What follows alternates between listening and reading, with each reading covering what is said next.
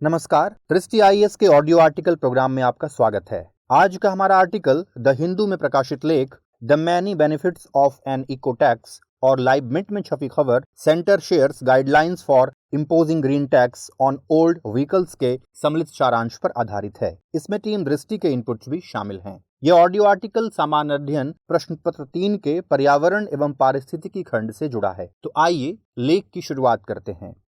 हमारे वीडियो अंग्रेजी में देखने के लिए फॉलो करें हमारा ही दूसरा यूट्यूब चैनल दृष्टि आईएएस इंग्लिश।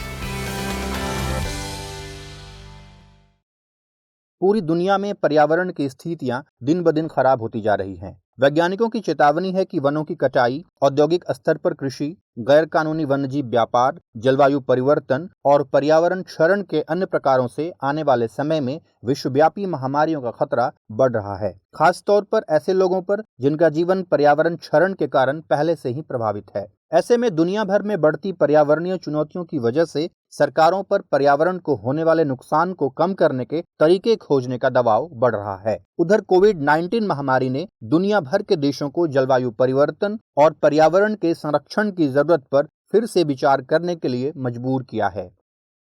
इसी के चलते दुनिया भर में एनवायरनमेंट टैक्स या पर्यावरणीय कर लगाए जाने की मांग उठ रही है। कई देशों ने एनवायरनमेंट टैक्स लागू भी किया है, तो कई देश इसे लागू करने की बात कर रहे हैं। इसी कड़ी में भारत में भी एनवायरनमेंट टैक्स लगाए जाने की चर्चा ने काफी जोर पकड़ लिया है। तो आइए आज बात करते हैं एनवायरनमेंट टैक्स यानी पर्यावरण कर और उससे जुड़े सभी अहम पहलुओं की। सबसे पहले जान लेते हैं एनवायरनमेंट टैक्स क्या है और इसके क्या क्या फायदे हैं। एनवायरनमेंट टैक्स पर्यावरण को प्रदूषित करने वाले पदार्थों पर टैक्स लगाने से जुड़ा एक नया विचार है। आसान शब्दों में कहें तो पर्यावरण कर उन गतिविधियों पर लगाया गया कर है जिन्हें पर्यावरण के लिए हानिकारक माना जाता है। इसे उन प्रथाओं को कम करने के लिए लगाया जाता है जो पर्यावरण को नुकसान पहुंचाते हैं। हरित कर, प्रदूषण कर, इको टैक्स, कार्बन टैक्स आदि भी एनवायरनमेंट टैक्स के ही रूप हैं। एनवायरनमेंट टैक्स लागू किए जाने का मकसद प्रदूषण में कमी लाना और हानिकारक पदार्थों के इस्तेमाल या खपत की मात्रा को कम करना है। इसमें मुख्यतः 4 श्रेणियों के कर पाए जाते हैं। एनर्जी टैक्सेस यानी ऊर्जा कर, ट्रांसपोर्ट टैक्सेस यानी परिवहन कर, पॉल्यूशन टैक्सेस यानी प्रदूषण कर और रिसोर्सेज टैक्सेस यानी संसाधन कर।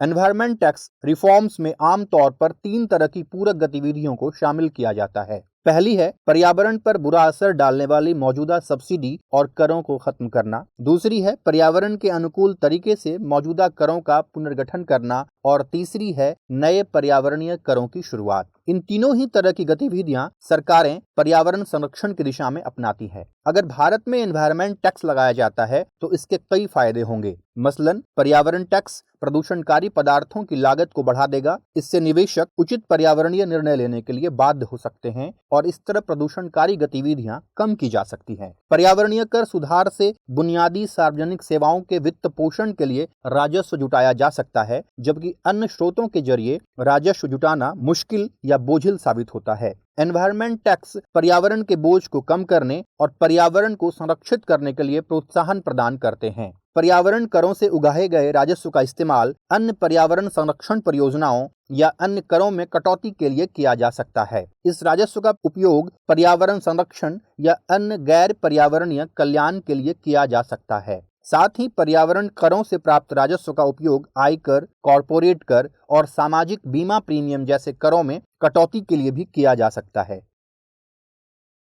अब समझते हैं कि एनवायरनमेंट टैक्स लगाने के पीछे क्या तर्क दिए जाते हैं। एनवायरनमेंट टैक्स लगाने के पीछे यह तर्क दिया जाता है कि पर्यावरण एक तरह से सार्वजनिक वस्तु है और जिस तरह सभी सार्वजनिक वस्तुओं से जुड़े खर्च करों के सामान्य पूल से किए जाते हैं, इसी तरह पर्यावरण से जुड़े खर्चों का वित्त पोषण भी करों के सामान्य पूल से होना चाहिए। इसके अलावा आमतौर पर यह माना जाता है कि पर्यावरण या मानव स्वास्थ्य को नुकसान से बचाने के लिए प्रदूषण की प्रबंधन लागत का बोझ प्रदूषणकर्ताओं पर पड़ना चाहिए। उदाहरण के लिए एक फैक्ट्री जो अपनी गतिविधियों से जहरीले अपशिष्टों का उत्पादन करती है, वह इसके सुरक्षित निपटान के लिए भी जिम्मेदार है। इसी तरह प्रदूषण फैलाने वालों को एनवायरनमेंट टैक्स का भुगतान करना चाहिए। जलवायु परिवर्तन के बिगड़ते हालातों को देखते हुए एक कदम यह उठाया जा सकता है कि ऐसी गतिविधियों पर अंकुश लगाया जाए जिसके तहत सबसे ज्यादा कार्बन उत्सर्जन हो रहा है। इसका सबसे अच्छा तरीका है उन उद्योगों और आयातों पर कर आरोपित करना जिनसे सबसे ज्यादा कार्बन उत्सर्जन हो रहा है, चाहे वो ऊर्जा से संबंधित हो या परिवहन से। इसके अलावा भारत ने वर्ष 2060 तक गैर जीवाश्म ईंधन का इस्तेमाल कर 40% बिजली पैदा करने का लक्ष्य तय किया है। इससे भारत के कार्बन उत्सर्जन 2005 के स्तर से लगभग 1/3 होने की उम्मीद की जा रही है। भारत को 2030 से पहले कार्बन उत्सर्जन को कम करने के मद्देनजर कुछ ठोस कदम उठाने होंगे ताकि 2050 तक कार्बन उत्सर्जन को 0 स्तर पर लाने का टारगेट आसानी से पूरा किया जा सके। ऐसे में कार्बन टैक्स लगाना एक बेहतर उपाय हो सकता है। ऐसे में सवाल है कि भारत में एनवायरनमेंट टैक्स की क्या स्थिति है। भारत में अभी एनवायरनमेंट टैक्स लागू नहीं है, हालांकि पर्यावरण संरक्षण के लिए कुछ अलग अलग तरह के टैक्स लगाए गए हैं। मसलन वन संरक्षण अधिनियम 1980 के तहत कोई भी संस्था जो गैर वन उद्देश्यों के लिए वन भूमि का उपयोग करती है उसे गैर वन या खाली भूमि में वनीकरण के लिए वित्तीय मुआवजा प्रदान करना जरूरी है। 2001 में सुप्रीम कोर्ट ने निर्देश दिया था कि क्षतिपूरक वनीकरण के प्रबंधन के लिए एक प्रतिपूरक वनीकरण कोष बनाया जाना चाहिए। इस निर्देश को ध्यान में रखते हुए भारत सरकार ने एक अधिनियम पारित किया जिसका नाम था compensatory deforestation fund management and planning authority act, यानी क्षतिपूरक वनीकरण कोष प्रबंधन एवं योजना प्राधिकरण अधिनियम। इसे कैंपा एक्ट के नाम से जाना जाता है। इस एक्ट का मुख्य उद्देश्य वन क्षेत्रों में होने वाली कमी के बदले मिली राशि का संधारण और उसका वनीकरण में फिर से निवेश करना है। अधिनियम के प्रावधानों के मुताबिक जो कंपनी किसी जंगल के भूमि का उपयोग करना चाहती है तो उसे इसके बदले किसी उतनी ही बड़ी भूमि पर क्षतिपूरक वनीकरण का काम करना पड़ेगा। जंगल लेने वाली कंपनी सरकार द्वारा दी गई वैकल्पिक भूमि पर नए पेड़ लगाने का खर्च उठाएगी। एक्ट के तहत केंद्रीय स्तर पर एक राष्ट्रीय क्षतिपूरक वनीकरण कोष नेशनल कंपनसेटरी एफॉरेस्टेशन फंड और राज्यों में राज्य क्षतिपूरक वनीकरण कोष स्टेट कंपनसेटरी एफॉरेस्टेशन फंड बनाए गए हैं। इसी तरह भारत का स्वच्छ पर्यावरण उपकर या कोयला उपकर कार्बन टैक्स के रूप में है। कोयला, लिग्नाइट और पीट पर 400 रुपए प्रति टन की दर से कोयला उपकर लगाया जाता है और इससे जुटाई गई धनराशि का प्रबंधन राष्ट्रीय स्वच्छ पर्यावरण कोष द्वारा किया जाता है। इसी कड़ी में पर्यावरण की चिंताओं को देखते हुए कुछ महीनों पहले केंद्रीय सड़क परिवहन एवं राजमार्ग मंत्री नितिन गडकरी ने पर्यावरण को प्रदूषित करने वाली पुरानी गाड़ियों पर ग्रीन टैक्स लगाने के प्रस्ताव को मंजूरी दे दी। बताया जा रहा है कि 8 साल से ज्यादा पुरानी ट्रांसपोर्ट गाड़ियों पर फिटनेस सर्टिफिकेट के रिन्यूअल के वक्त रोड टैक्स के 10 से 25% की दर से ग्रीन टैक्स चार्ज किया जा सकता है। वहीं 15 साल के बाद रजिस्ट्रेशन सर्टिफिकेट के रिन्यूअल के समय पर्सनल गाड़ियों पर ग्रीन टैक्स वसूला जाएगा, जबकि सिटी बसों जैसे सार्वजनिक परिवहन वाहनों पर कम दर से ग्रीन टैक्स वसूला जाएगा। ज्यादा प्रदूषित शहरों में रजिस्टर्ड वाहनों पर अधिक दर से कर लग सकता है, जो रोड टैक्स का 50% तक हो सकता है। वाहनों के प्रकार और ईंधन के प्रकार के आधार पर अलग अलग कर लगाए जाने की संभावना है। हालांकि हमारे देश में एनवायरनमेंट टैक्स लगाना इतना आसान नहीं है। इसे लागू करने की राह में कई चुनौतियां हैं। ऐसे में सवाल है कि पर्यावरण टैक्स लगाने से जुड़ी चुनौतियां क्या क्या है। भारत में पर्यावरण टैक्स लगाने में कई चुनौतियां हैं।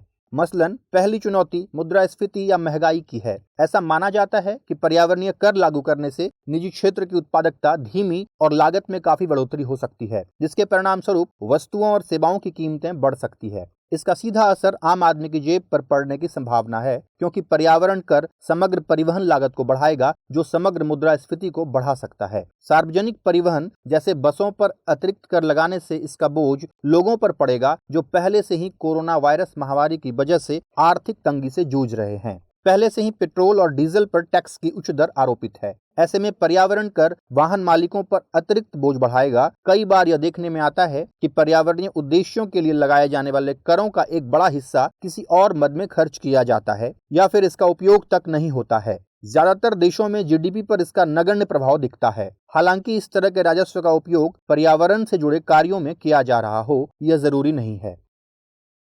एक अहम चुनौती प्रतिस्पर्धात्मकता का प्रभावित होना है। एक देश या क्षेत्र के भीतर एक उत्पादक के लिए स्पेशल टैक्स की मौजूदगी जो उस देश या क्षेत्र के बाहर के उत्पादकों पर लागू नहीं होती है, निश्चित रूप से स्थानीय उत्पादकों की प्रतिस्पर्धात्मकता पर प्रभाव डाल सकती है। क्योंकि दोनों देशों या क्षेत्रों के उत्पादों की कीमत में काफी अंतर हो सकता है। ऐसे में अगर भारत में एनवायरमेंट टैक्स लगाया जाता है तो उसे चीन के उत्पादों से कड़ी प्रतिस्पर्धा का सामना करना पड़ सकता है। एनवायरमेंट टैक्स कितना होना चाहिए, इसे लगाने के क्या आधार होने चाहिए, कितने स्तर पर लगाना चाहिए, इसकी क्या दरें होनी चाहिए, ये सब ऐसे सवाल हैं जिन पर विवाद खड़ा हो सकता है। साथ ही राजनीतिक इच्छा शक्ति की कमी और राजनीति में औद्योगिक घरानों की पैठ की वजह से एनवायरमेंट टैक्स को लागू करने में दिक्कतें आ सकती हैं।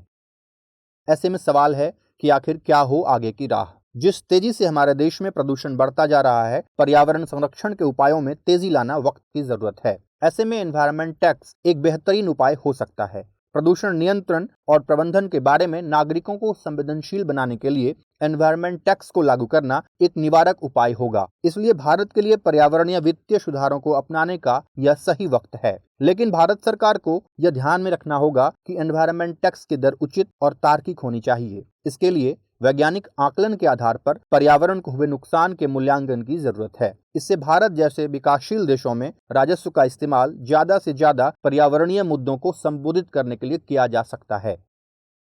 भारत में पर्यावरणीय कर लागू करने के लिए 3 मुख्य क्षेत्रों को लक्षित किया जाना चाहिए। पहला, परिवहन क्षेत्रों में वाहनों का कराधान विशुद्ध रूप से ईंधन दक्षता और जीपीएस आधारित होना चाहिए। दूसरा, ऊर्जा क्षेत्र से जुड़ा यह सुधार होना चाहिए कि ऊर्जा उत्पादन के लिए प्रयुक्त ईंधन पर कर लगाया जाना चाहिए। तीसरा यह कि अपशिष्ट उत्पादन और प्राकृतिक संसाधनों के उपयोग पर टैक्स लगाया जाना चाहिए। एक अहम कदम पर्यावरण राजकोष या सुधार के संबंध में उठाया जाना चाहिए।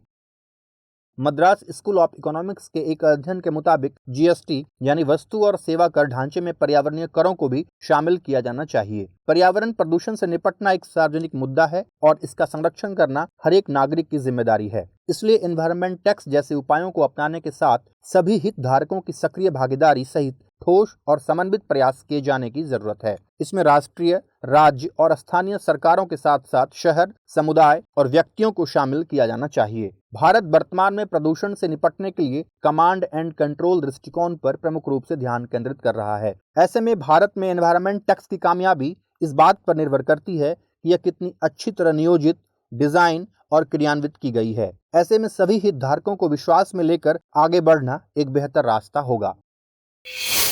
आइए अब नोट करते हैं आज का सवाल। भारत में पर्यावरणीय कर लगाए जाने की संभावनाओं पर विचार करें। इसे लागू करने की राह में क्या क्या चुनौतियां हैं, इस संदर्भ में उपाय सुझाइए।